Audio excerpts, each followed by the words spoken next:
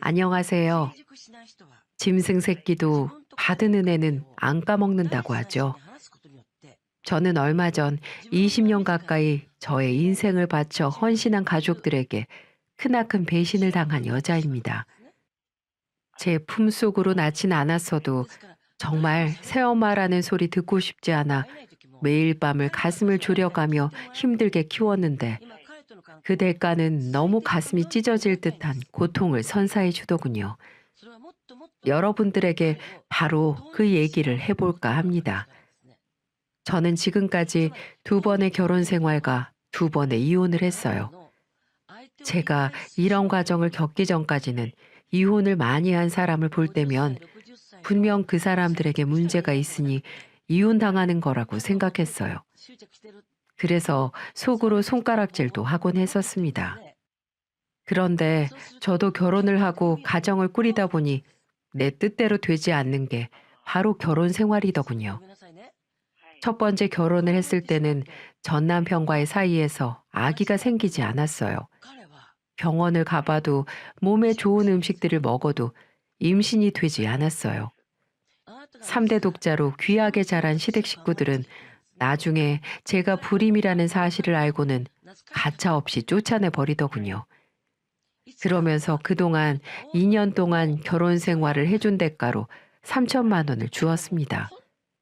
남편이란 작자는 시댁 식구 뒤에 꽁꽁 숨어 잘 가라고 손을 흔들어 주는 겁니다. 제가 그런 남자와 한 입을 덮고 잤다는 게 너무나 수치스러웠어요. 눈에는 눈물도 나오지 않았습니다. 어떻게 생각하면 잘된 일이라고도 생각했거든요.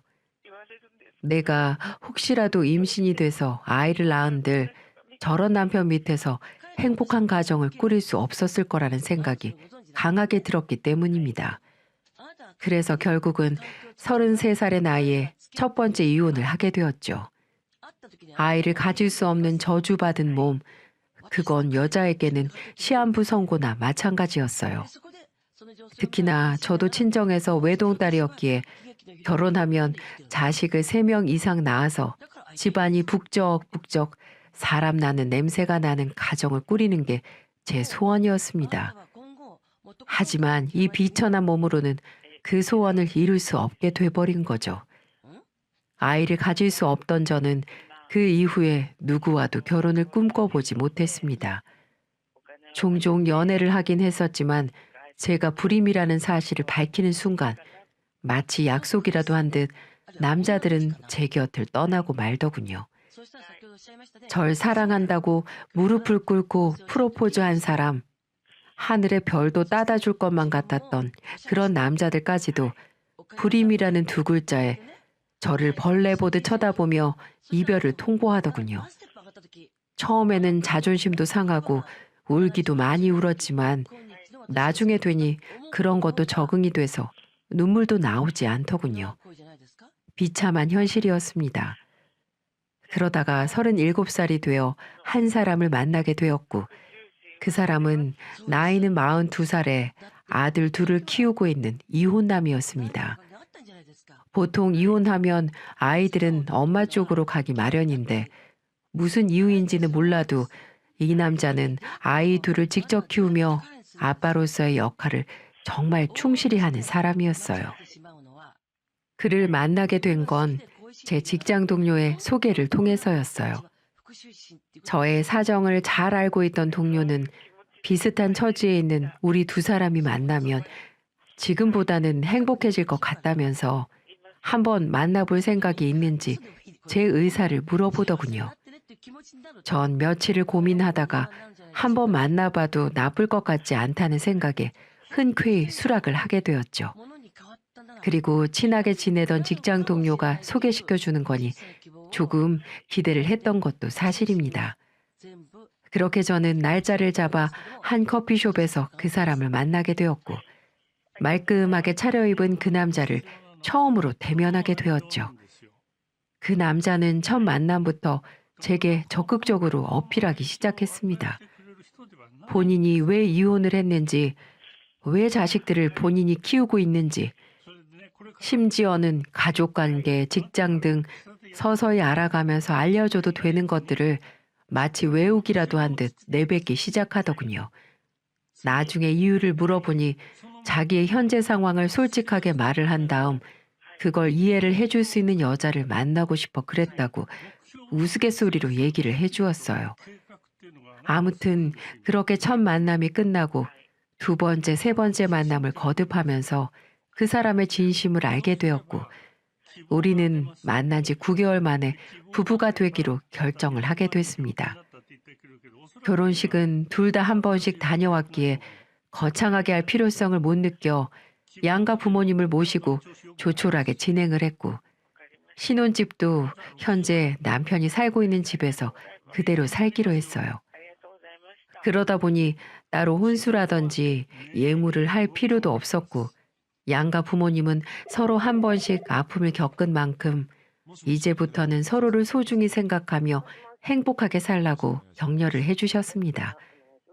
남편은 이해를 하기 어려울 만큼 좋은 사람이자 좋은 아빠였어요. 그리고 애들 엄마는 몇 년 전에 바람이 나서 남편과 아이들을 버리고 도망갔다고 했어요. 그 여자는 원래부터 자유로운 삶을 추구하면서 사는 여자였는데 결혼 후 구속된 일상생활에 지쳤는지 어느 날부터 매일같이 밖으로 나돌기 시작했고 결국은 다른 남자와 자유롭게 인생을 즐기며 살고 싶다는 쪽지 하나, 이혼 서류만 남긴 채 떠나버렸다고 하더군요. 남편도 그것 때문에 재혼에 대한 두려움이 있다가 저를 한번 만나보고 생각이 바뀌었다고 했어요. 이 여자라면 분명 우리 아이들을 친엄마처럼 잘 키워줄 수 있다는 확신이라는 게 들었다고 하더군요. 결혼하고 새엄마로서 아이들을 처음 본 그날, 전 아직도 그날을 잊지 못합니다. 저리 가! 저리 가! 우리 엄마 아니야! 저리 가란 말이야! 아이들은 절 인정해주지 않았습니다. 큰애는 14살, 작은애는 12살. 2살 터울인 아이들은 제 엄마를 아직 잊지 못한 듯 남편이 저를 보며 앞으로 엄마라고 부르라는 말에 강한 거부감을 느끼더군요. 제가 차려준 밥은 먹지 않고 학교를 가기도 했고 한동안은 저를 엄마라고 부르지 않고 아줌마라고 불렀습니다. 남편이 그때마다 아이들을 혼을 내다시피 하면 제 아빠 앞에서는 어쩌다 한번 엄마라고 말을 할 뿐 저와 있는 자리에서는 역시나 아줌마, 저기요 이런 식으로 호칭을 부르는 게 일상이었습니다. 하지만 저는 아이들을 이해해 주기로 했어요. 저 같아도 갑자기 이상한 아줌마가 찾아와 엄마라고 부르라고 하면 싫을 것만 같았거든요. 그래서 저는 아이들을 얼마가 걸리더라도 마음을 열어줄 때까지 기다려 주기로 했습니다. 그때부터 매일같이 아이들 교복을 다려주었고 정성스레 도시락을 만들어 주었죠. 그렇게 생활을 하니 시간이 정말 빠르게 지나가더라고요. 큰애는 고등학교에 입학하게 되었고 작은애는 중학교에 입학을 했습니다. 그러다 큰애가 제대로 학교에서 사고를 치는 일이 벌어졌습니다. 같은 학교 학생 한 명을 7명이서 집단으로 따돌림을 했다는 거였어요. 돈을 뺏는 것은 물론이고 심하게 폭행까지 했다고 하더군요. 피해 학생은 전치 8주가 나올 정도로 심각하게 다친 상황이었고요. 저는 선생님의 연락을 받고 회사에 출근한 남편 대신에 학교에 불려가게 되었죠. 직접 가서 들어보니 잘못하면 퇴학까지 당할 수 있는 심각한 상황이었습니다. 그 자리에는 담당 선생님, 교장 선생님, 가해 학생의 부모들, 피해 학생 부모님들이 모두 모여 있는 상황이었죠. 가해 학생들 부모님들 중에는 제발 퇴학만은 막아달라고 피해 학생들 부모에게 무릎까지 꿇는 부모님들도 있었어요. 저도 우리 아들을 낙오자로 만들 수가 없어 무릎을 꿇었습니다. 어머님, 아버님, 죄송합니다. 모두가 다 제 잘못이에요. 제가 가정교육을 잘못 가르쳐서 일어난 일입니다. 제가 이렇게 빌겠습니다. 피해 보상 원하시는 만큼 해드릴게요. 그러니 제발 선처 부탁드립니다. 여기서 우리의 낙오자 되면 평생을 낙오자로 살 거예요. 사람 한 명 살린다 생각하시고 제발 부탁드립니다. 이렇게 전 살면서 한 번도 꿇어보지 않은 무릎을 우리 아들 선우 때문에 꿇게 되었습니다. 그런데 그 순간 제 이런 마음을 무참히 깨버린 일이 벌어졌습니다. 지랄하네. 엄마도 아닌 주제. 어디서 엄마 타령이야? 그 순간 교장실은 침묵의 도가니에 빠져야 했고 부모들끼리 속닥이기 시작하더군요. 선우야, 그게 무슨 말이니? 아직도 상황 파악이 안 돼? 조용히 있지 못하겠어? 왜요? 내 말 맞잖아. 당신 내 친엄마 아니잖아. 아빠랑 바람나서 우리 엄마 쫓아내고 우리 집 들어온 거잖아. 제 말 틀렸어요? 아줌마? 이러는 겁니다. 바람이라니 선우 제 엄마가 바람 펴서 자기들을 버리고 도망간 걸 애써 부정하고 싶은 걸로 보였습니다. 언젠가는 엄마가 다시 돌아올 거라 믿었던 선우는 그 꿈이 무참히 깨어져 버리자 그동안 저에 대한 분노와 원망이 있는 듯 보이더군요. 결국 저는 다른 부모들의 눈총을 받으며 그 자리에서 나올 수밖에 없었어요. 그날 학교를 다녀오고 너무 충격을 받아 아무것도 손에 잡히지 않더군요. 내가 이 아이들을 앞으로 어떻게 키워야 하나? 왜 내가 이런 대접을 받으며 이 집에서 살고 있을까? 그런 마음이 들더라고요. 그래서 굳은 마음을 먹고 가방을 싸서 친정에 가려는 순간 한 아이가 울면서 제 손을 잡아주었습니다. 그건 바로 둘째 아들 선호였어요. 선호는 제 친엄마가 가방 들고 도망간 모습을 직접 목격을 했다고 했어요. 아무리 울고 불고 가지 말라고 해도 엄마는 냉정하게 다른 남자의 차를 타고 떠나는 모습을 지켜봤다고 했습니다. 그 모습이 선호한테는 큰 트라우마로 한동안 남아 있었어요. 그래서 한 번씩 악몽을 꾸기도 했고요. 그런데 이제 겨우 그 상처에서 벗어나 엄마라고 조금씩 부르는 사람이 친엄마처럼 가방 들고 떠나려고 하니 무의식적으로 두려웠나 봅니다. 제 손을 잡고 말을 하더군요. 엄마, 가지 마요. 제발 우리 놔두고 떠나지 마세요. 제가 형 대신 엄마한테 잘할게요. 그러니 제 곁에 있어 주세요.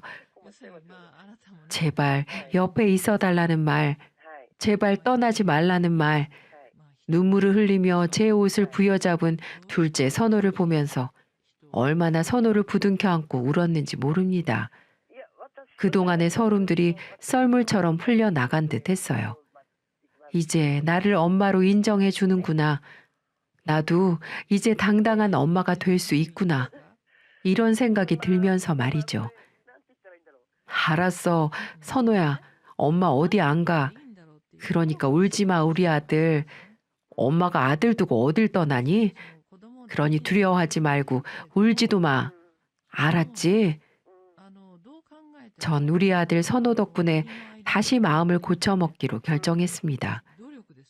그리고 이제 남은 아들 선우에게도 그 전보다 훨씬 잘해주며 갖고 싶은 거, 먹고 싶은 거, 그리고 용돈도 남편 몰래 쥐어주면서 둘째 아들 선호처럼 나를 엄마로 대해주길 원했어요.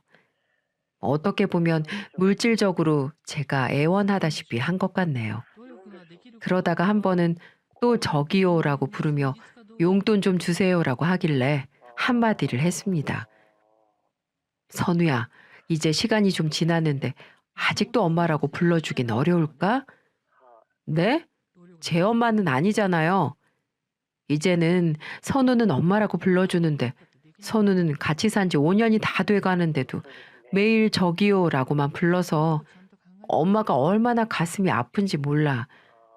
내가 왜 엄마라고 불러야 하는데요? 선우는 선우고 저는 저잖아요.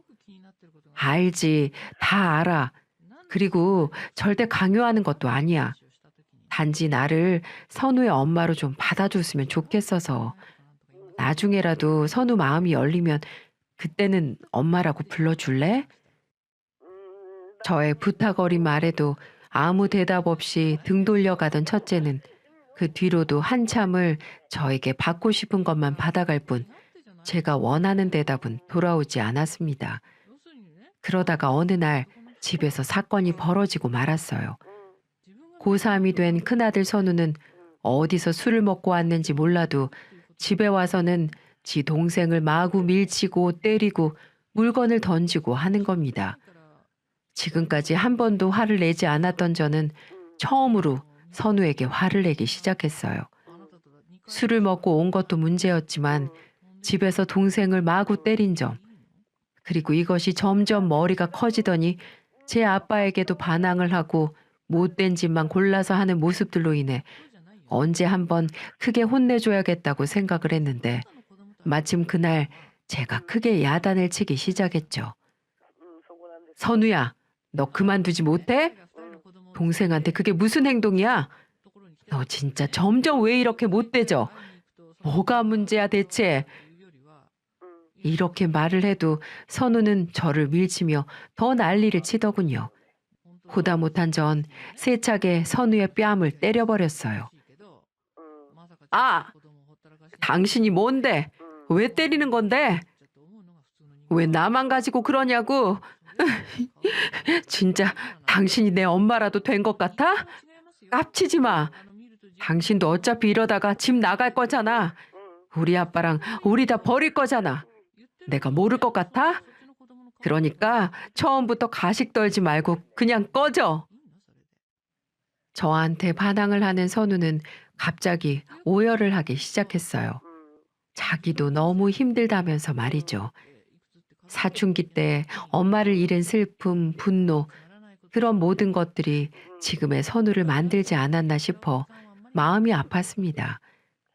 그래서 그때는 더 화내지 못하고 선우를 꼭 안아주었어요. 울면서 안아주었습니다. 미안해, 선우야. 엄마가 미안해. 하지만 선우야, 엄마는 선우도 그렇고 너도 그렇고 너희들을 생각하는 게 진심이야. 그러니 이제부터 우리 잘 지내보자. 엄마는 다른 거 다 필요 없어. 우리 아들들이 건강하고 행복해지는 모습만 보면 돼. 그래 줄 수 있겠니? 그때부터 첫째도 저의 진심을 알게 되었는지 서서히 마음의 문을 열게 되었습니다. 그 이후부터는 천천히 마음을 연 첫째가 저한테 엄마라고 불러주었고 그 호칭을 불리게 된 날 저는 눈물을 흘리며 기뻐서 어쩔 줄을 몰랐어요. 그렇게 한동안 우리는 살짝 삐그덕거리는 일들도 있었지만 그래도 예전보다는 많이 좋아진 상태로 지내다 애들 대학 보내고 취업까지 시킬 수가 있었죠. 그래서 이제는 정말 애들을 다 키웠다. 이제 결혼해서 잘 사는 모습만 보면 되겠다 생각을 하며 여느 부모의 마음처럼 건강하게 잘 살기를 바라며 지냈습니다. 하지만 저의 그런 마음은 서서히 깨지고 말았어요. 사실 우리 첫째는 생각보다 좋은 회사로 들어가서 월급이 적은 편이 아니었는데 다 어디에다 쓰는지는 몰라도 저희에게 돈을 요구하는 횟수가 늘어나기 시작했어요.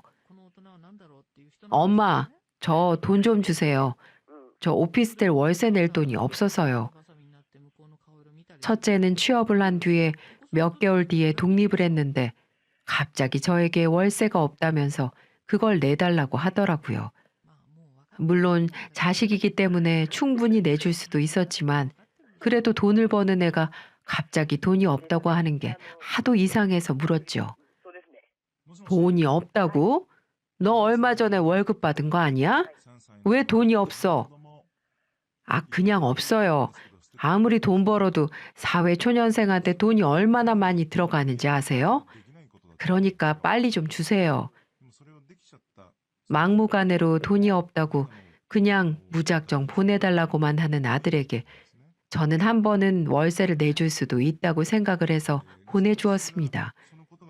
근데 이게 여기에서 그치지 않고 거기에서 더 하더라고요. 엄마, 카드값 200만 원 내주세요. 생각보다 오버됐어요.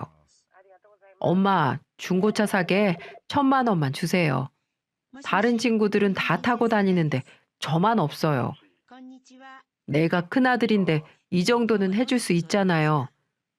엄마, 오피스텔 관리비 안 냈다고 다 끊어버린대요. 이 한겨울에 난방도 안 되고 얼어 죽게 생겼어요. 관리실 전화해서 저 대신 관리비 좀 내주세요. 이런 식으로 이건 뭐 부탁이 아니라 명령이었어요. 둘째 놈은 돈 달라는 소리를 일절 안 하는데 돈 버는 첫째가 그렇게 얘기를 하니까 참 이해가 안 되더라고요. 그래서 처음에는 남편과 상의해 중고차도 사주고 몇 번 도와줬다가 부모한테 자꾸만 손만 벌리는 습관을 좀 고쳐줘야겠다 싶어서 나중에는 일절 도와주지 않았습니다. 이제 더는 안 돼. 너는 돈도 버는 애가 부모한테 용돈을 못 주더라도 네 건 네가 알아서 살아야 할 것 아니야. 언제까지 부모한테 손 벌릴래? 아, 진짜 치사하게. 그거 얼마나 한다고 그러세요? 엄마라는 사람이 자식한테 그런 것도 못 해줘요? 언제는 엄마라고 불러주기만 하면 뭐든지 다 해준다면서요? 거봐, 역시나 거짓말이었지. 적반하장으로 화를 내는 첫째를 보면서 저는 더욱 독하게 마음을 먹기로 했어요. 이제 네 아빠와 나는 너네들 키우느라 할 만큼 했다. 네가 월급 받고 어디에다 돈을 쓰는지 모르겠지만 앞으로 10원짜리 하나 요구할 생각하지 마라. 이렇게 냉정하게 말을 해버렸습니다. 그렇게 말하니 한동안은 지도 생각이 있는 건지 돈을 요구하지 않았어요. 그래서 저는 이제야 정신을 차렸나 싶었습니다. 그렇게 한동안은 아무 문제 없이 지냈죠. 그러다가 선우가 결혼한다는 소식을 전하면서부터 큰 문제가 생기기 시작했습니다. 남편은 어느 날 선우한테 연락이 왔다면서 결혼할 여자가 있다고 말을 했다는 거예요. 그래서 전 그 소식을 듣고 너무 기뻤습니다. 아들이 결혼을 한다는데 기쁘지 않을 엄마가 어디 있겠어요? 그런데 몇 달이 지나도 집에 한 번도 그 결혼한다는 아가씨를 데리고 오지 않는 겁니다. 그래서 남편에게 물어보게 되었죠. 여보, 선우는 결혼할래 안 데리고 온대? 왜 이렇게 소식이 없어? 아, 뭐 나중에 소개시켜 준다고 하더라고. 알아서 하겠지 뭐. 남편은 선우가 알아서 하게 냅두라는 말만 하고는 별다른 이야기를 하지 않기에 저도 그냥 기다리기로 했어요. 그러다가 제게 불행이 찾아오게 되었습니다. 친정 아빠가 투병 생활을 하다가 결국 돌아가시게 된 거였어요. 저와 남편과 둘째는 장례식장에 머무르며 가시는 날까지 배웅을 해드렸습니다. 얼마나 가슴이 아팠는지 몰라요. 하나밖에 없는 딸을 끔찍이 사랑해 주셨던 아빠. 이제 아빠는 하늘나라로 멀리 떠나가 버리신 거였죠. 하지만 이런 아픔들을 가슴에 담고 있을 때 우리 첫째 놈은 첫날만 와서 잠깐 얼굴을 비추고는 바쁘다는 핑계로 장례식장을 곧장 나가버리더군요. 발이 날 때나 또 잠깐 와서 얼굴만 비추고 갈 뿐이었죠. 점점 첫째에게 서운해지는 감정이 커지던 때 첫째는 제 감정은 안중에도 없이 점점 더 이기적으로 변해만 갔습니다.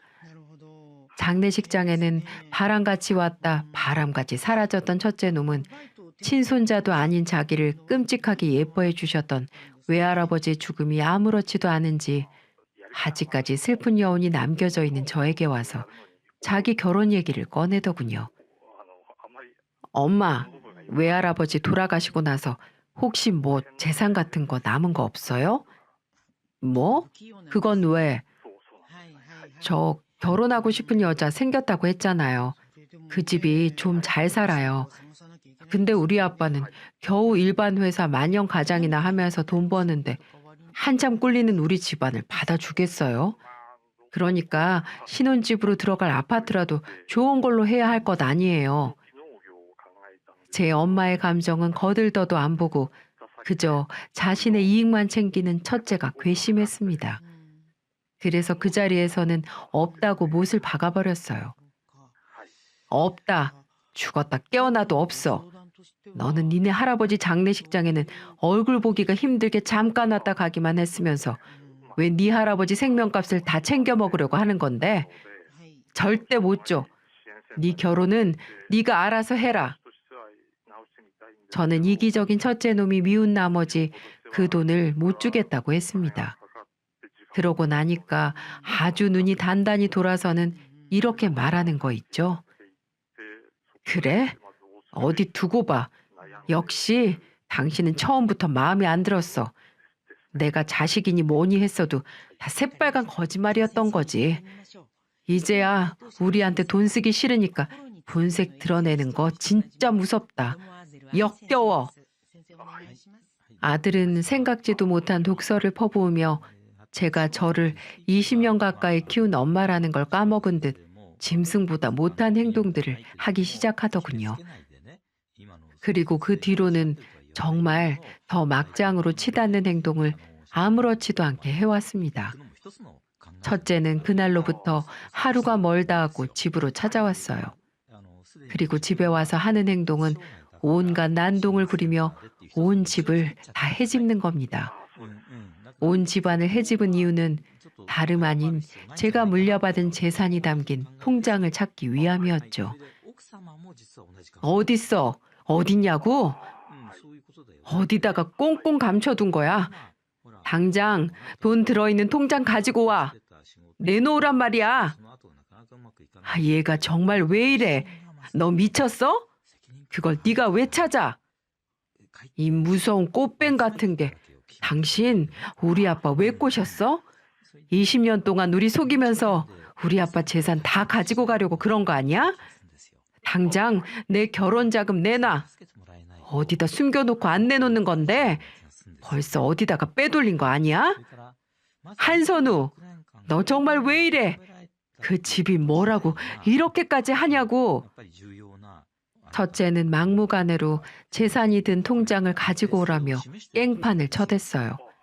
하지만 끝내는 찾지 못하고 제 풀에 지쳐서는 이렇게 말합디다. 당신 이제 내 엄마 아니야. 이 치사년아.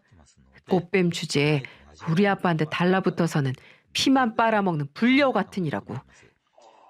이게 진짜 그만 못해? 막말을 퍼부어대는 첫째에게 화를 냈지만 첫째는 그래도 분이 안 풀리는지 온 집안에 있는 물건을 주에다 다 집어던지고 난동을 피우더군요.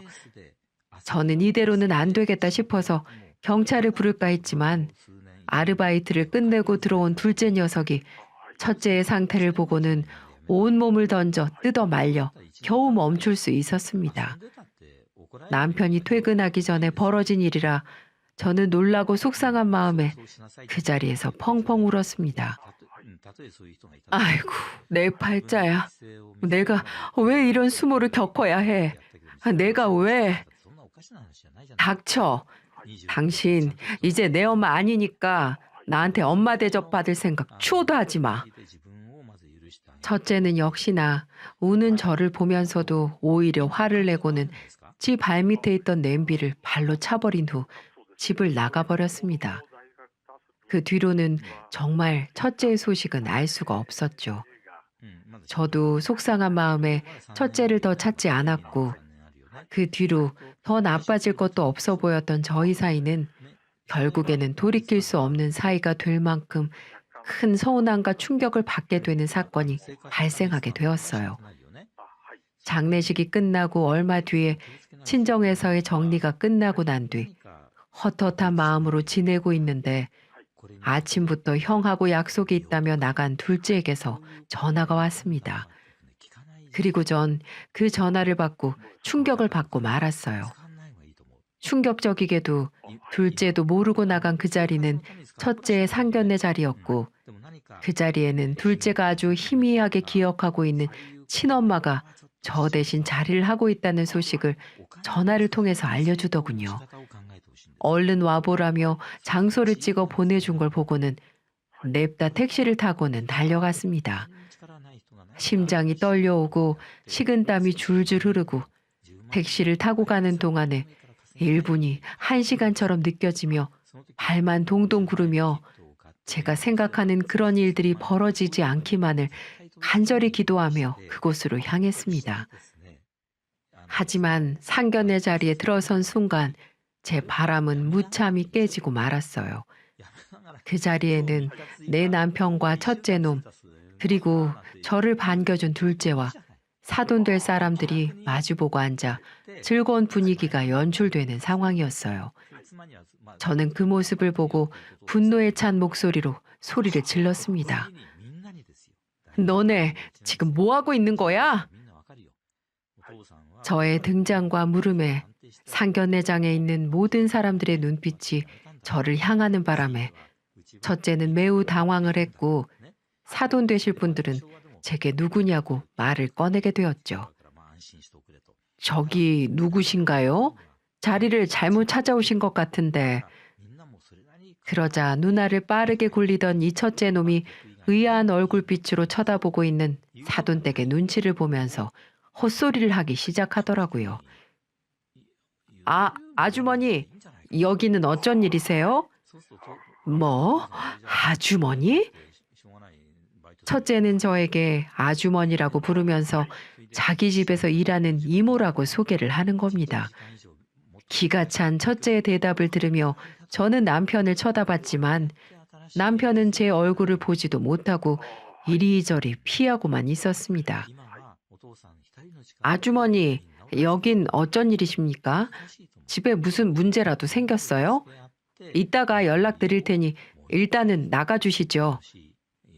라고 첫째는 다시 한번 말을 하더군요. 그래서 저는 모든 진실을 폭로하기 시작했어요. 내가 가정부야? 내가 니네 가정부냐고. 내가 20년을 가까이 너네 엄마로 네 부인으로 살았는데 이 천벌받을 것들아. 너네가 그러고도 무사할 것 같아? 웃기지 마. 너네 다 벌받을 거야. 벌받을 거라고. 그리고는 얼굴을 감싸고 그 자리에서 땅을 치며 오열을 했습니다. 너무 서러웠어요. 제 인생이 너무 불쌍했어요. 이런 꼴을 당하려고 제 자식처럼 애들을 키웠나라는 생각이 들어 얼마나 울었는지 몰라요. 그렇게 한참을 울고 있을 때쯤 가게 종업원이 들어와서 아주머니, 그만 소란 피우시고 나가주세요.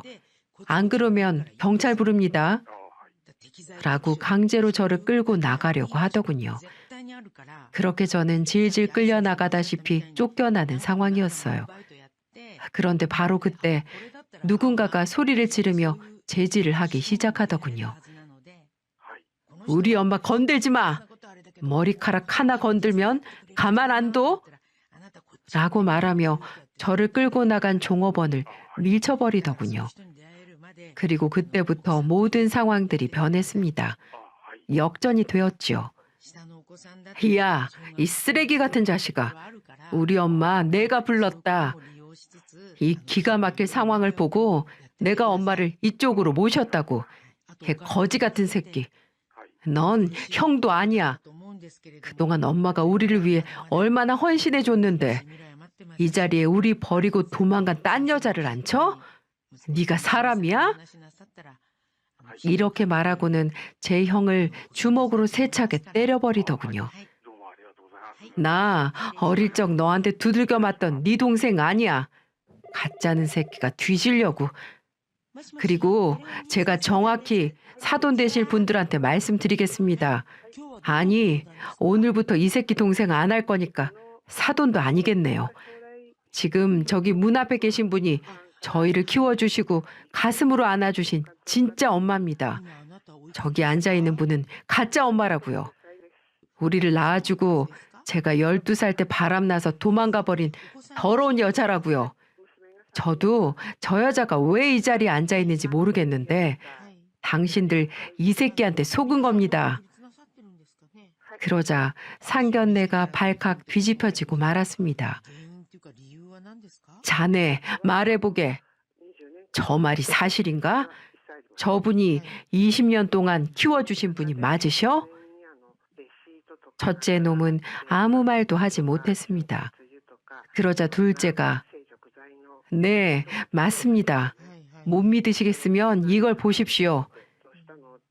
그렇게 말하고는 핸드폰을 꺼내더니 주민등록 등본을 보여주는 겁니다. うん。 요즘 공인인증서만 있으면 등본이나 초본 같은 걸 인터넷에서 볼 수 있나 보더라고요. 그 등본을 본 사돈네는 큰 충격을 받은 듯 했어요. 거기 두 번째 칸에는 제 이름이 명확히 찍혀 있었거든요. 그리고는 이 결혼 없던 걸로 하세. 自営業なんですか？ 이렇게 제 부모도 몰라보고 막무가내로 사는 인간한테는 우리 딸 못 줘. はい。 다시는 연락하지 말게. はいはいはい。 이렇게 말하고는 딸을 데리고 나가버리셨습니다. 그야말로 남편과 첫째 놈의 잘못된 선택으로 인해 모든 가족들이 갈기갈기 찢어지는 사건이 벌어지고 만 거였죠. 그 생모라는 사람은 그래도 쪽팔리는 건 아는지 쥐새끼처럼 졸졸졸 도망가더군요. 나중에 들어보니 첫째 아들 대학교 4학년 때부터 이 친모라는 사람이 찾아온 걸로 보였습니다. 그때부터 지금까지 친분을 유지해 온 걸로 보였고요. 그동안에 취업을 해서 직장을 다녀도 돈이 없었던 이유가 월급을 받는 족족 전부 이 여자에게 바치느라 돈이 없었던 거였어요. 그래서 매번 제게 손을 벌렸던 거였습니다. 너무 괘씸했어요. 월급 받았다고 내복 한 벌 사준 적이 없던 놈이 그동안에 친모에게 돈을 해다 바치고 있었다니.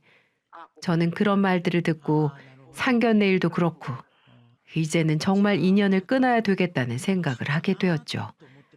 그리고 무엇보다 남편에게 큰 배신감을 느껴 이혼을 결심하게 되었습니다. 누구보다 믿었던 사람, 언제나 내 편이라고 생각했던 남편의 이중적인 모습에 저는 치를 떨고 말았어요. 그래서 통보를 하게 되었죠. 여보, 정말 미안해. 첫째가 하도 간곡하게 부탁을 해서 그랬어. 지 친엄마 축복받으면서 결혼하고 싶다고 울면서 이야기를 하는 통에 아유 정말 미안하오. 미안해. 됐어. 당신도 그 여자한테 가서 살아. 첫째 데리고 가서 살라고. 상견례장에서는 생판 남인 것처럼 하더니 왜 이제 와서 빌고 지랄인데? 나 이제 당신 부인으로 못 사니까 당장 이혼해. 저는 남편에게 이혼을 요구했고 그 자리에서 집을 나와버렸습니다. 결국 남편이 이혼을 받아들이지 않자 저는 소송까지 가게 되었죠. 그리고 5개월 후 모든 소송이 제게 유리한 쪽으로 판결을 받게 되었습니다. 왜냐하면 저는 이 집안에 정말 헌신했을 뿐 제가 잘못한 건 단 하나도 없었거든요. 법원도 그런 부분들을 정상 참작해 주는 걸로 보였습니다. 그리고 제가 승소하던 날 첫째와 남편에게 이야기를 했습니다. 나는 네가 결혼한다고 하기에 아무리 미워도 내 자식이라고 생각했기에 신혼집 구하는 데 보태려고 했다. 근데 네가 나를 엄마 취급도 안 하고 먼저 내쳐준 덕분에 돈 아꼈어. 너무나 고맙구나. 너무 고마워서 춤이라도 추고 싶은 심정이야. 그리고 다시는 보지 말자.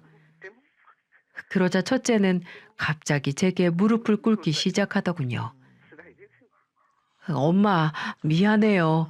내가 죄송해요. 다 잘못했어요. 그러니까 저 좀 다시 자식으로 받아주세요. 그리고 한 번만 도와주세요. 내 친엄마라는 사람 믿는 게 아니었어요. 대학교 시절부터 찾아와서 엄마 노릇 늦게라도 하고 싶다고 이야기를 하길래 저도 친엄마 손이 그리운 마음에 받아줬어요.